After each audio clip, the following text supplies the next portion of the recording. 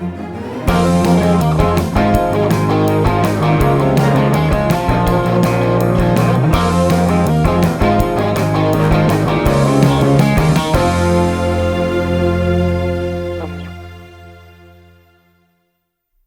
everybody, and welcome to AZAAZ. That's Ask Zenatta Anything About Zoho. This is issue number 30, and this is the show where we ask or answer all the questions that you have asked us throughout Club Zenatta, the YouTube channel, really across our whole platform. Astute viewers may notice that I am not Brett Martin, our normal host for this show. Brett is out this week, so I am filling in and will do my best. Joining me this week, I've got a stellar bunch of guys here. I've got Lucas Santana, one of our consultants at Zenatta. We've got Greg Belknap, the illustrious director of Zoho Development. And then we have Landon McCluskey, another one of our consultants, here to get all your questions answered. So without any further ado, let's jump on into it. Alrighty. First question here comes from Alex Thomas over on the Beginner's Guide to Zoho CRM Workflows. So Alex asks, who the hell is Tyler? Great question, Alex. We get this all the time. Tyler is me is Tyler, I am me, and I am Tyler. This is on one of our older videos where we used to not do screen cam. You know, it's just like kind of picture of all the things that we were walking through. So I am Tyler. I am our EVP over here at Zenatta. And we will do our best to keep on answering your questions, no matter what they may be. All right, we've got two different questions. One from our AZAAZ YouTube video, as well as one from our Zoho Social Full Product Overview, but both very similar questions. Nick and Helen, I'll just kind of boil it down for you. Both of them want to use a contracted social media manager that really should only have to use Zoho Social, so they don't want to have to give them they don't want to have to pay for an entire license. Wondering, is there some option for like a guest access so that they can just access that one account? And the short answer, unfortunately, is no.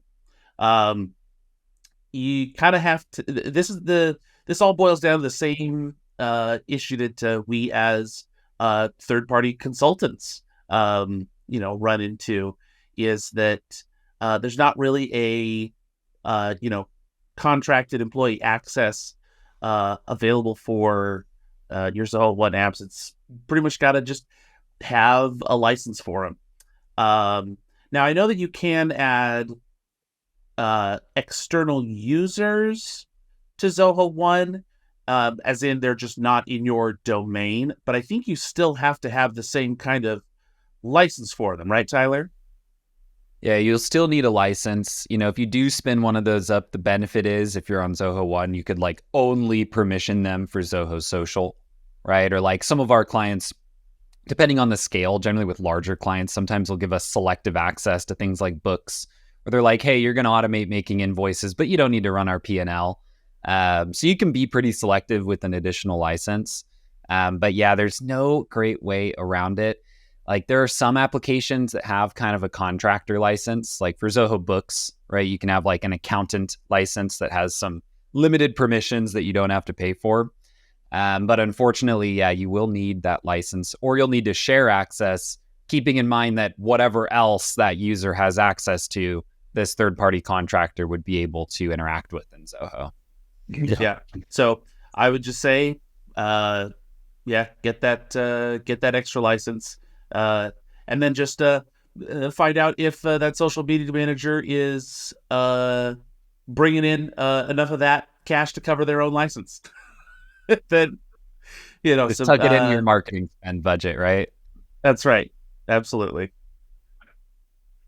Sweet. So Health Direct Pharmacy Services asked on YouTube video for the best system designed for a Zoho CRM lead form capture. Great tutorial, but I'm having some trouble with getting some features to work and display as you have laid out.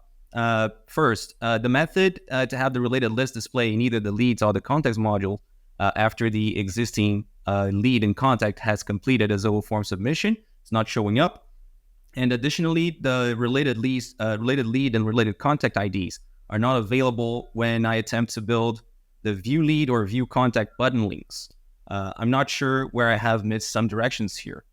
So then I'm going to pretty much go through a part of what Jordan went through in the tutorials there.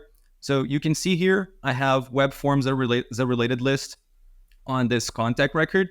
And this came from this related contact field that I added here. So you see on the permissions here that I have a related list title called web forms that associates the related contact to the lookup module contacts and creates that list there. So what I'm going to do here is just create a new lead so you can see how it's done. So we can just create a related lead here from the leads module, and you can call the same name, web forms, for it here. And then when you save, this already has been associated with the lead. So if you go to any leads, you see that now you have a web forms related list associated with the leads module as well. So this is part one of the question. For part two, you asked about adding the lead ID and the contact ID to the email template. So to do that, I'm just going to refresh here real quick. So I'm going to create a new template. It's going to come from the web forms module. So this, remember this tab, you need to create it from the web forms module to be able to use it. I'm going to create a blank one. And what you need to do here is just pretty much copy this text in here, replace the ID. When you press the pound sign, it shows this little list, and you can go ahead and search for the related lead module that you have in there, the lookup that you just created. So you click related lead, and then you click lead ID. This is done. You can do the same thing for contact. So you would just come in here, create this, put it in there, and add the contact ID. Pretty simple. And then you just need to paste that into the view link button, and that's pretty much it. Yeah, I remember when I was first getting started in Zoho, knowing the correct name for the related list name when you add a lookup field. I always got confused at first, and I would say, well, okay, this is a lookup field of the contacts module, so I guess the related list name is contacts, right? Because that's what I'm looking up to. But then you go into contacts, and now you've got in contacts a related list called contacts. You're like, why is there a related list called contacts on my contacts? It's the when I first got started. And when I first got started, I used to not think that you could do what Lucas just showed with the URL and the ID in a button, because you can't use merge fields in the button URL when you set it up. But all you need to do is use the merge field in the text and then copy paste it, and it works like a charm. Yeah. Just little things that you learn as you're getting started in Zoho that aren't always obvious. Yep. All right. This one's from the Poker People after watching the YouTube video I put together called Adding Fields to Multiple Modules in Zoho CRM. Their question is, so let's say you already built all the individual modules one at a time without checking that fancy drop-down thing and are now regretting that. You want to clean up duplicate fields that may have been named slightly different or just don't apply in practice, and want to make sure what's left is mapped between the modules properly. There is no data in the fields you need because you're still just figuring things out and don't have any real customers in the system. Best way to do that? Asking for a friend.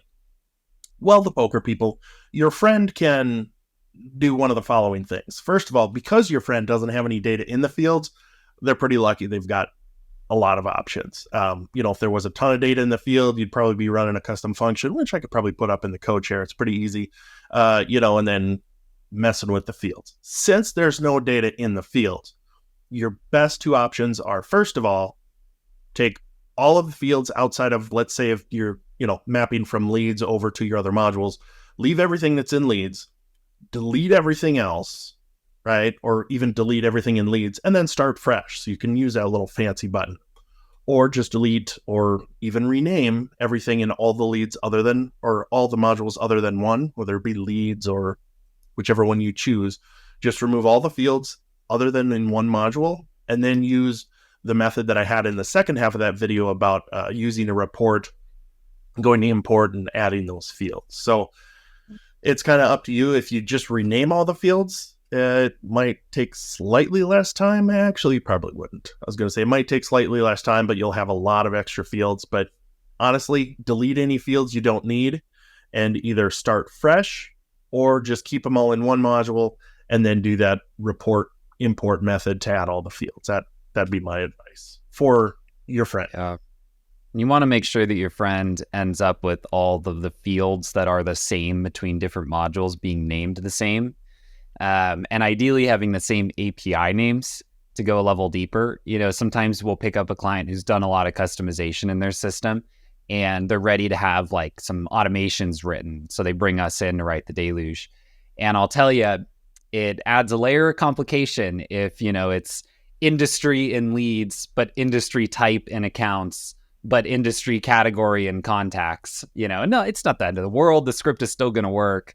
But yeah, measure twice, cut once is the advice you want to bet on here for your friend. And definitely your friend also, I know you mentioned in there, you want to make sure what's left is mapped properly. Not sure if your friend's aware, but if you're going from leads to the rest of the modules, go to your modules, go to leads, hover over the little 3 dots, and then click on map dependency fields. Wait, no, lead conversion. Yeah, lead conversion mapping. That'll get from there. If you need something to map between other modules, just update when anything else updates. You're going to have to run a little bit of a workflow there. But yeah, should be good. Even better than, the things like industry type, industry category, is when you go in to make a deluge script and the API name for the field it's completely just different. Like it means that they made a field and then they were like, no, actually this should be a number field, not a text field. So I'll just rename this number field to just, there's some other field that I need to add in here. So it's like, like invoice amount. And then you go to check the API name and the API name is lead source. And you're like, that's not even, not quite. It's not even close. Yeah. Or when you go to check the API names and it's like the field name _1 _1 _1. You're like, this is the third version of this field that you've made, huh? And for those that aren't aware, when you make a field is when the API name is originally set. It basically takes the display name of the field and replaces special characters and spaces with underscores. You can change them after the fact, and it is a good habit to keep them accurate. But yeah, it's funny. Sometimes you see those and you're like, oh, you were getting creative in here, but let's clean it up a little bit. I had a client that changed the name of like 3 or 4 of their modules and then changed them again. So every single lookup field to different modules usually had the name of a different module.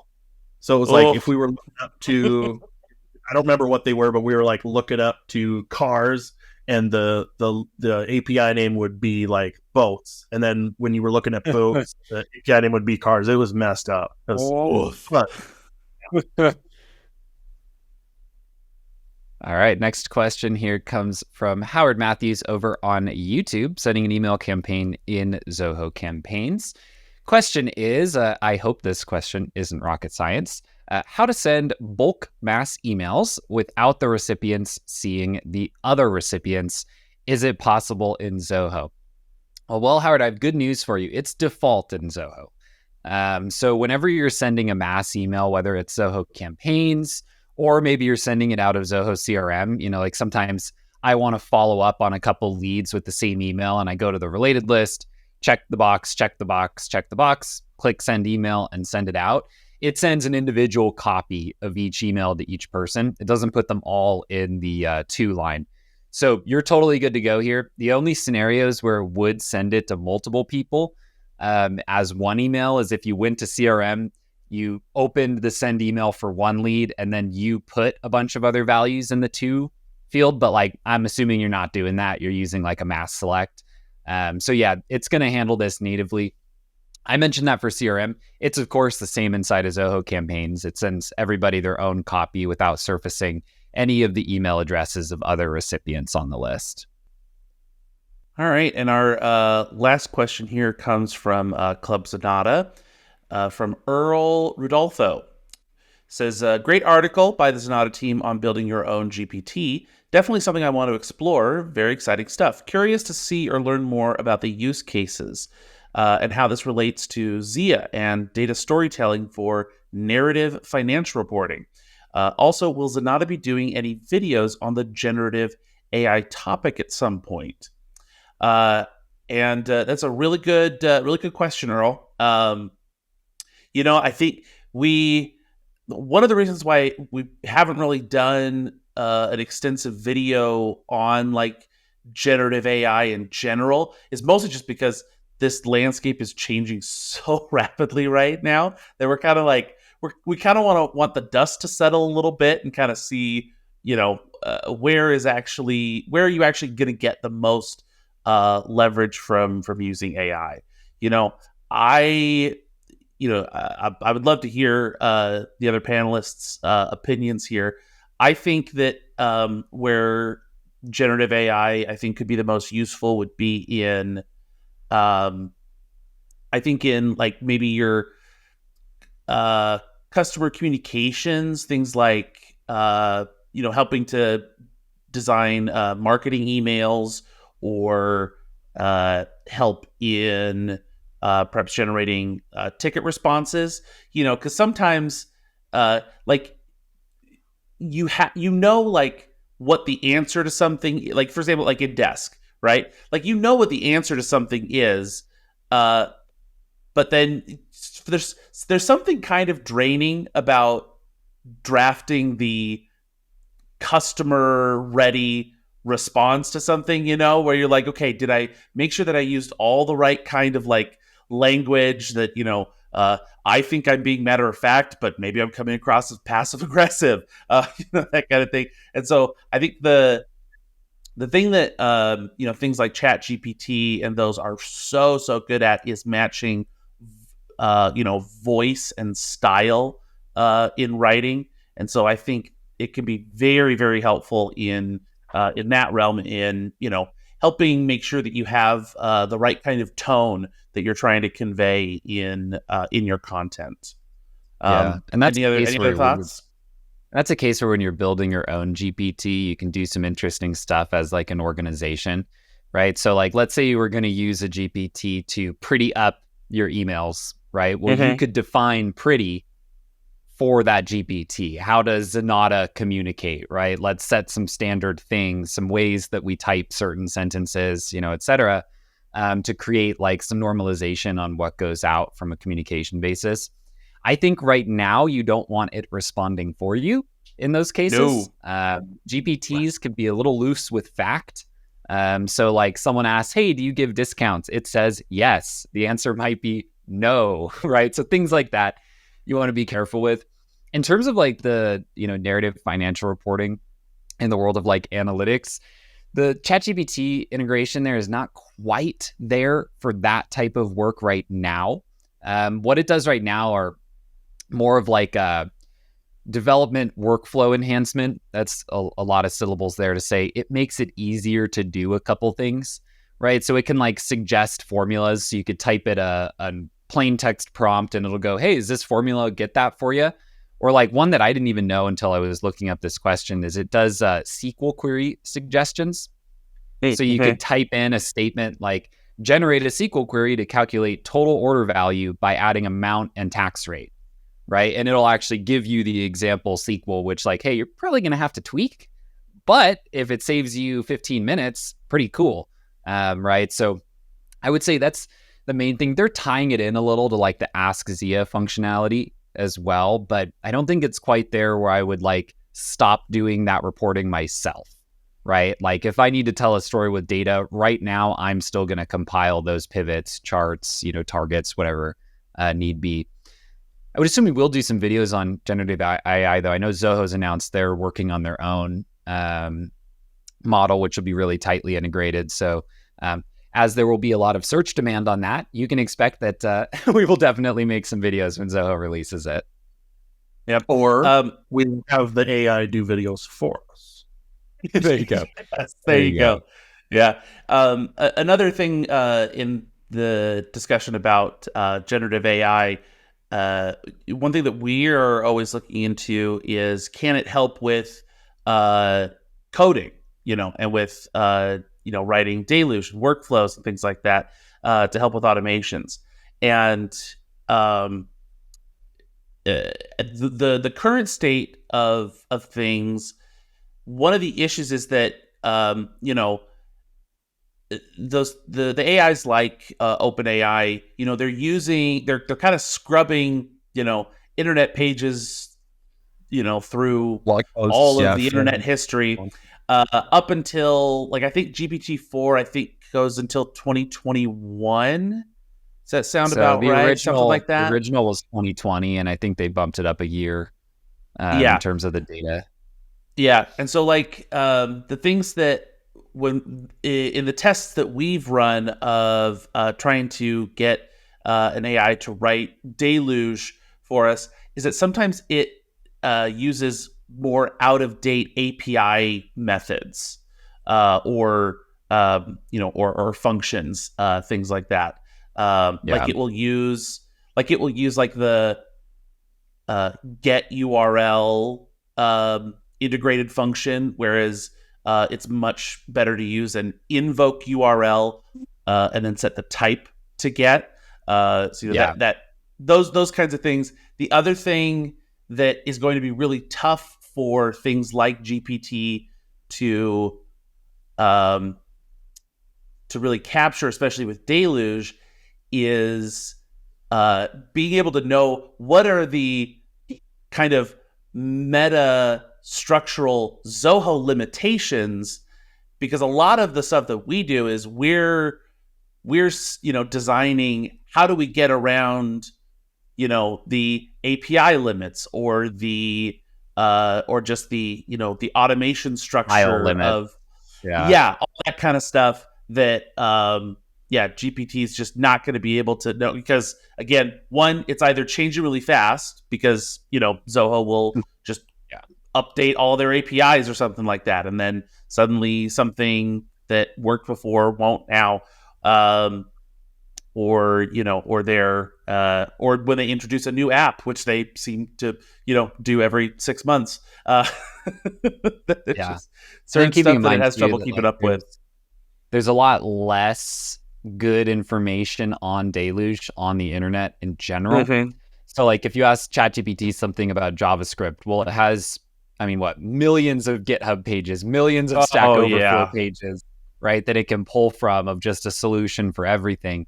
Whereas with deluge, the publicly available information on deluge is primarily on Zoho forums, right, and their direct API documentation, and even the things on the forums might be not the best way of doing a certain thing, right? So, I think with a lot of it in the world of Zoho, think about it like a fast track, but don't expect it to solve the whole problem for you right now. Yeah. It might be right? It might be a good way to get some of the logic out and have some of the functionality built, but you're still going to have to dive in and do a lot of changes yourself, for sure.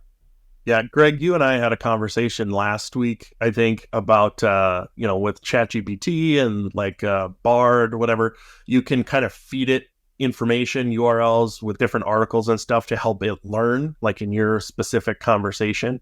I spent about an hour and a half this last week, just one day, feeding. I tried it with Bard first. I fed it articles, but I went to Zoho.com and their API documentation or their deluge stuff, and I fed it thousands and thousands and thousands of pages via URL.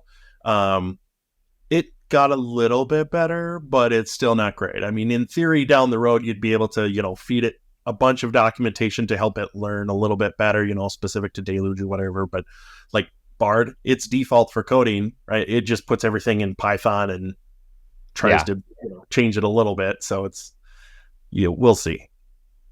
Yeah, and that'll be the benefit of plugging this in eventually when Zoho creates a native one, right? It's the example is if you want to make your own GPT, you kind of feed it a master document of all this information you want it to know. Well, in our use case, and Greg, this would get you excited, think about if we could just plug one into Learn. And all of those code snippets, documentation, how to do this, how to do that are now plugged into an LLM. So that's where, yeah, when Zoho releases their own that's like tightly integrated with their whole tech stack, and maybe they put some context on it so it knows how Zoho works, right? To kind of get over what you're mentioning, Greg, where like doing Zoho development is not just a coding challenge. It's, should I make this a schedule? Should this be a workflow? Do I want to reference some analytics data to save on API credits? But if Zoho puts one out that has some of those guardrails and contextual insights, now we might be cooking with fire for Zoho development, at least. Yeah. Absolutely. Righty. Also, did you say cooking with fire? You went backwards on the saying. Like, it's now we're cooking with gas. You moved in reverse in the technology. Yeah, you like now you're cooking with fire. As a you gotta crawl before you walk and walk before you run, Greg. I'll start with the campfire and work my way up. Now we're cooking with fire that doesn't have smoke though, like Snoop Dogg. Oh yeah, there you go. Nice. Great. Very nice. And I guess before we derail any further, we can wrap up here for today. As always, if you want to get in touch with myself, Brett, any of the beautiful gentlemen here over at Zenatta, just head over to zenatta.com and click on Book a Meeting. While you're there, be sure to check out our resource library, where we have tips, tricks, guides, videos, articles on really every single Zoho app across the ecosystem. To stay up to date with our newsletter, you just go to zenatta.com/newsletter and sign up there. We also have an online community called Club Zenatta that you may have heard us mention here. We have code snippets there, a full calendar of Zenatta events and webinars coming up, as well as all the latest in Zoho news. So go to club.zenatta.com and join the conversation. And if you want to get yourself and your entire team trained up in both basic and advanced use of a lot of Zoho apps in less than a week, head over to zenatta.com/training. Check it out. Last but not least, be sure to like and subscribe here on YouTube, as well as your choice of podcast app. We always appreciate that. And with that, we will see you next Wednesday. Hey, Greg and Lucas, question for you. Yeah. Who is Tyler? I don't know. I'll say he seems very hinged. Very hinged. Hard to describe him. Yeah, it's a good descriptor, yeah. I stay on the hinge, baby. I stay right on the hinge.